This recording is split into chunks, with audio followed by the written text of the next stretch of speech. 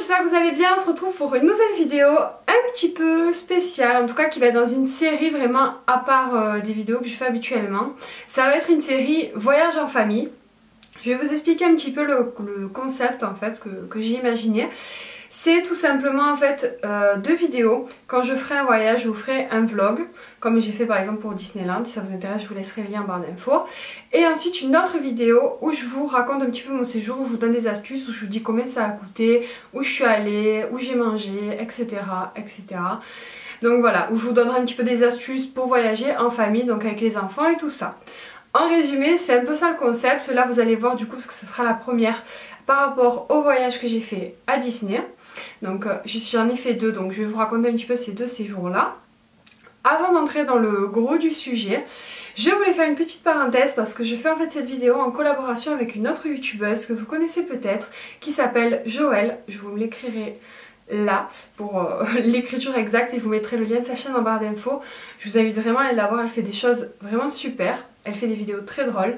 Pour vous expliquer un petit peu, moi je sors cette vidéo donc explicative un petit peu sur le séjour à Disney, sur les vacances en famille, et elle en fait fait une vidéo drôle sur le même thème, mais vraiment sur l'aspect voilà, plus comique. On aborde le même thème mais sous un peu deux regards différents, donc voilà, j'ai trouvé l'idée plutôt sympa, j'espère que ça vous fait plaisir. N'hésitez pas à me laisser votre avis en commentaire et aussi à aller voir sa vidéo et à laisser votre avis là-bas aussi. Parenthèse fermée, je vais maintenant vous parler du séjour à Disney. Enfin, des séjours, vu que j'en ai fait deux.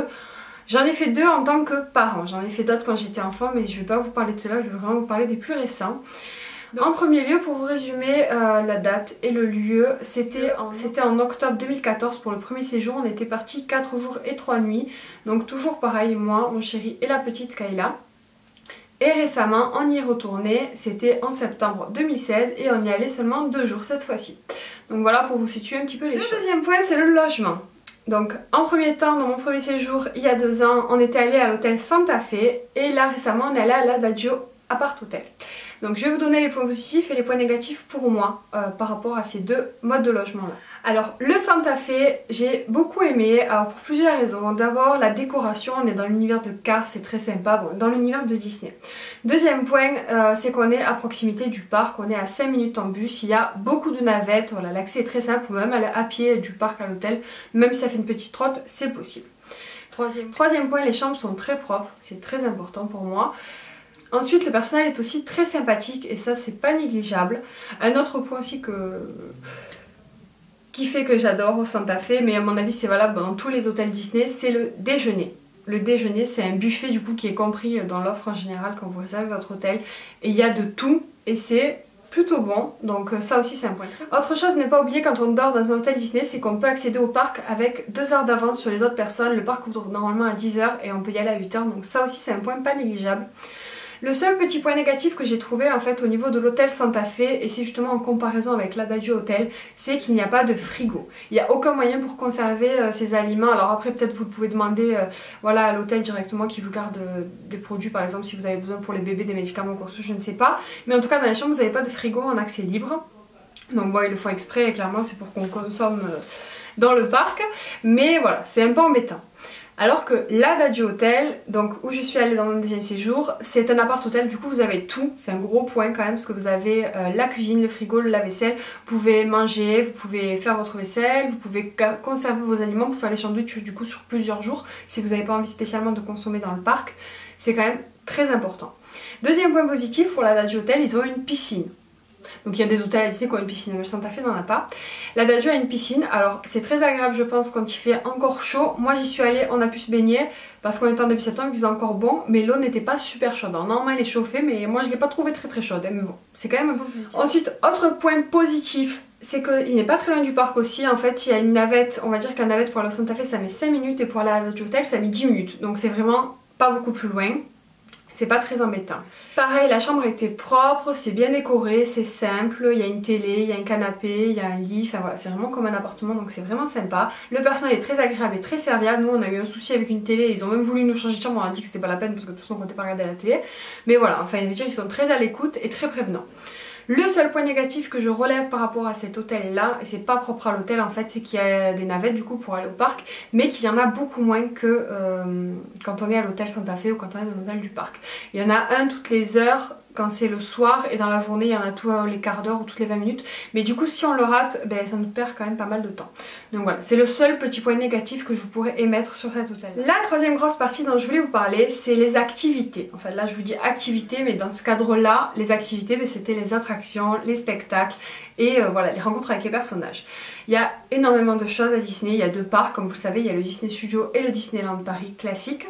Dans le grand parc Disney, il y a à peu près 40 attractions, je crois, quelque chose comme ça, et dans le Disney Studio, il y en a aux alentours des 14. En plus de ça, comme je vous disais, il y a des spectacles, il y en a nombreux, il y a la parade, il y a des spectacles qui sont plusieurs fois par jour, il y en a qui sont qu'une fois par jour, comme moteur et action, qui sont... Enfin, ça dépend des périodes. Mais il y a quand même beaucoup de choses à voir et à faire là-bas.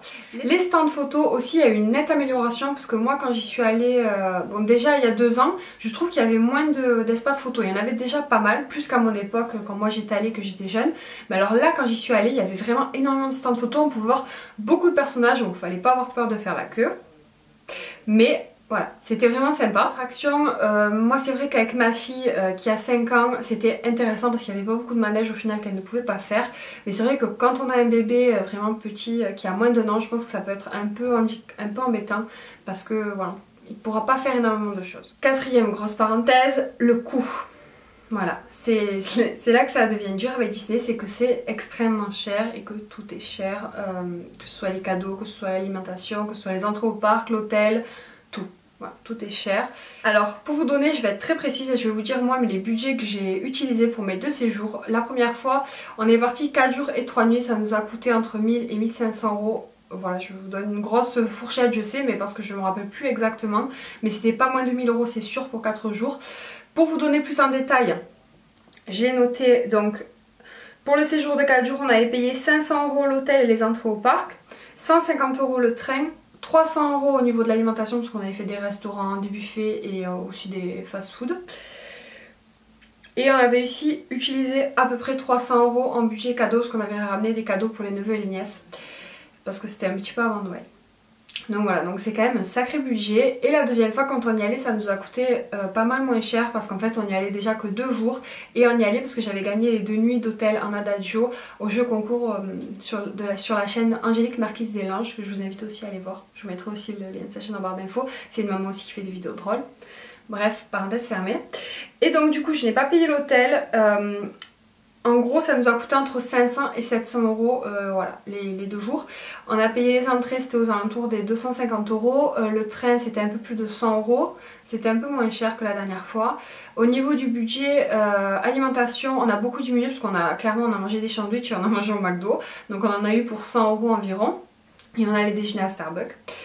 Et en budget cadeau on a acheté pour 100 ou 150 euros à peu près, quelque chose comme ça. Donc on a été plus raisonnable. Voilà.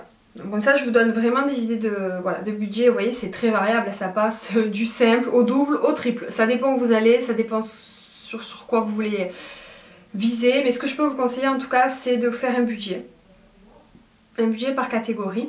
En tout cas moi c'est ce que j'ai fait, donc j'ai déterminé voilà, tant pour l'alimentation, tant pour les cadeaux. Voilà. Je pense que c'est plus facile comme ça que de se dire on part avec une certaine somme mais au final après des fois on sait plus trop où on en est. En tout cas moi c'est comme ça que j'ai géré les choses. La 5e partie c'est mon expérience, donc je vais vous raconter un petit peu plus en détail mais sans trop détailler parce que j'ai pas envie que la vidéo soit trop longue. Mes séjours à Disney. Donc le premier séjour, enfin je vais vous parler des deux en fait parce que les deux se sont à peu près passés similairement. Il n'y a qu'une différence qu'il y a en fait, c'est la durée du séjour. Mais au niveau général, le séjour s'est super bien passé. La petite s'est vraiment bien amusée. On y allait hors saison, comme ça il y avait beaucoup moins de monde. Et il n'y avait pas trop d'attente, à part au grand manège, voilà, il y a toujours la queue. Mais sinon en général ça allait. On a pu voir tous les spectacles, on a pu voir plein de personnages.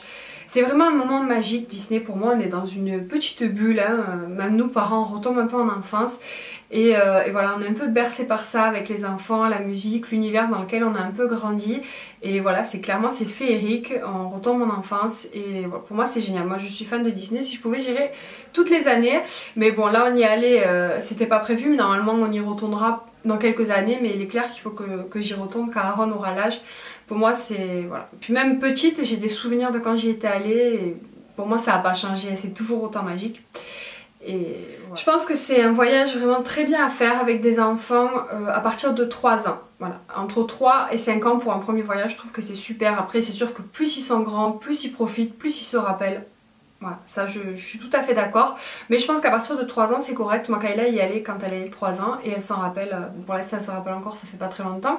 Mais en tout cas elle s'en rappelle super. Après c'est vrai que pour les bébés je le conseille pas spécialement. Après si vous êtes à côté du parc et que par exemple vous avez un pass annuel, parce qu'il y en a qui ont des passes annuels, c'est sûr que vous pouvez y aller tant que vous voulez, donc oui, tant qu'à faire prendre le bébé pour lui montrer les spectacles, voilà, lui montrer un peu les décos et tout ça, oui, mais si vous y allez vraiment en séjour juste pour ça, juste pour un bébé, je pense que c'est pas super intéressant ni pour vous en tant que parent, voilà. Moi j'ai été vraiment ravie de mes 2 séjours au niveau des hôtels, du transport et tout ça. On est passé par Ouigo, je vous l'ai pas dit, mais voilà, ça s'est super bien passé. Alors la seule différence, comme je vous le disais, entre les 2 séjours, c'est la durée. La première fois on est parti 4 jours et c'était un peu long. Enfin pour moi c'est pas long, hein. Je pourrais rester un mois là-bas, ça me dérangerait pas, mais pour mon chéri 4 jours ça commençait à être long. Et c'est vrai qu'en fait au bout de 4 jours on refaisait les mêmes manèges qu'on avait déjà fait plusieurs fois. Donc c'était un peu moins intéressant, mais on n'était pas pressé par le temps. La deuxième fois on y allait 2 jours, donc là c'est l'inverse, c'était un peu juste. On a un peu couru pour faire tout. On a réussi à tout faire, toutes les attractions, tous les manèges qu'on voulait faire, mais c'est vrai qu'on n'a pas stoppé, on s'est pas posé pour aller manger au resto, on a enchaîné pour pouvoir tout faire. Mais c'était vraiment super quand même, hein. Mais du coup moi je vous conseillerais un séjour de 3 jours et de nuit, c'est plutôt correct pour aller à ce parc là, pour prendre le temps un peu de faire les magasins, sans se presser. 6e point, les choses à savoir. Il y a plusieurs services en fait à Disney que vous pouvez utiliser. Alors certains sont propres que quand vous êtes dans une hôtel Disney. Par exemple le service shipping, enfin je sais plus comment ça s'appelle, mais en gros quand vous faites du shopping dans un magasin à Disney, vous pouvez le faire envoyer directement à votre hôtel. Alors il faut acheter avant une certaine heure, mais voilà, et vous retrouvez vos achats directement en hôtel, c'est super pratique, ça vous évite de vous déplacer avec dans tout le parc. Je vous conseille également de privilégier les périodes voilà, un peu hors affluence, voilà, où il y a un peu moins de monde dans le parc, parce que sinon c'est pas agréable de faire la queue pendant des heures, voilà, c'est vraiment un point qui peut être négatif à Disney. Moi je l'ai pas eu parce que je suis allée dans les 2 cas où il y avait en semaine, au moment où il y avait l'école, il y avait beaucoup moins de monde que vous y allez un week-end, c'est logique. Autre conseil que je pourrais vous donner, c'est d'anticiper votre programme. Alors je vous dis pas de planifier, je fais telle attraction, telle attraction, telle attraction, parce que ça se passera pas comme ça dépend selon le temps d'attente et tout ça. Mais je vous conseille en tout cas de regarder au niveau des spectacles, de vous faire votre planning de spectacle, s'il y a des heures bien précises, vous les notez et vous notez ceux que vous voulez aller en priorité, comme ça vous perdez pas le fil, sinon vous risquez vite d'être perdu. Autre conseil, vous pouvez utiliser les fast pass et n'hésitez pas à les utiliser surtout pour les manèges où il y a beaucoup de monde, du genre Ratatouille. Dès que le parc ouvre, allez directement chercher votre fast pass parce qu'après il n'y en a plus. Voilà, tout simplement. Dès qu'ils ouvrent, il faut aller le chercher et après vous êtes tranquille, vous avez votre rendez-vous pour y aller plus tard et passer direct. Un autre petit conseil que je pourrais vous donner, c'est si vous faites un court séjour, ne perdez pas de temps à attendre pour voir des personnages et faire des photos. C'est quand même plus intéressant, en tout cas de mon point de vue, de faire des attractions. Si vous n'avez pas beaucoup de temps, privilégiez ça, d'après moi en tout cas, parce que vous pouvez vite attendre 1 heure pour voir un personnage, faire une photo et c'est fini. Donc voilà, c'est un peu dommage. Pensez avant de partir en séjour de réserver toujours à regarder la liste des réhabilitations. Il y a souvent des attractions en fait qui sont voilà, en réhabilitation. Donc elles sont fermées pendant une certaine période. Et s'il y a des manèges que vous voulez faire, par exemple moi la première fois où je suis allée, le manège des poupées était fermé, j'ai été super déçue. Donc voilà, la deuxième fois heureusement il n'était pas fermé. De toute façon j'avais regardé avant parce que cette fois-ci je voulais le revoir, j'adore ce manège.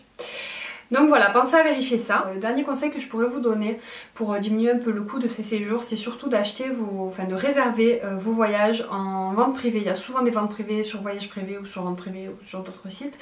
Il y a souvent des promos. Alors je dirais pas que c'est tout le temps, mais si vous attendez quelques mois, que vous savez à l'avance que vous allez partir, vous en aurez sûrement une. Et la dernière partie, c'est des astuces un peu bonus que je vais vous donner. Il y a des choses en fait qui sont pas très connues, en tout cas moi je ne le savais pas.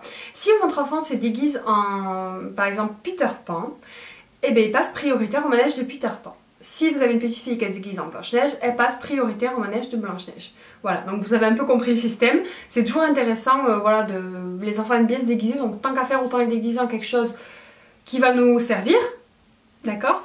Je vous conseille surtout Peter Pan parce qu'en général c'est celui-ci où il y a pas mal de... La deuxième astuce que je peux vous donner, que je vous ai déjà donné dans une autre vidéo, c'est pour réserver encore une fois moins cher votre séjour, passer en fait par les offres promotionnelles des autres pays. Alors je vous ai expliqué comment faire, je vais pas vous réexpliquer parce que c'est un peu long, je vous ai fait une vidéo sur le sujet, je vous la mettrai en barre d'infos. C'est comment partir à Disneyland à moindre coût, enfin un peu moins cher.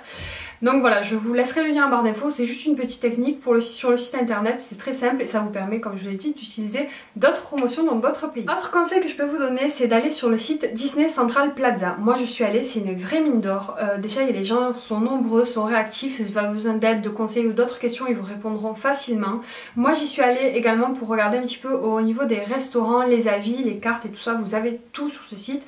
Vous avez aussi les produits en ce moment qu'il y a qui vendent dans les magasins, si déjà vous voulez faire une petite wishlist avant d'aller en séjour, ça peut être utile.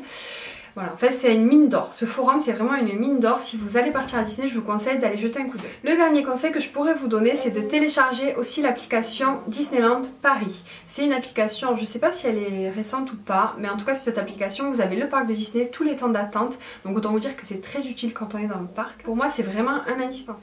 Autre petite chose à savoir, il y a le Baby Switch. Donc si vous êtes deux adultes avec un enfant qui ne peut pas monter à un certain manège, par exemple nous on a voulu faire Space Mountain et Kyla n'est pas assez grande pour monter, même elle aurait un peu peur je pense.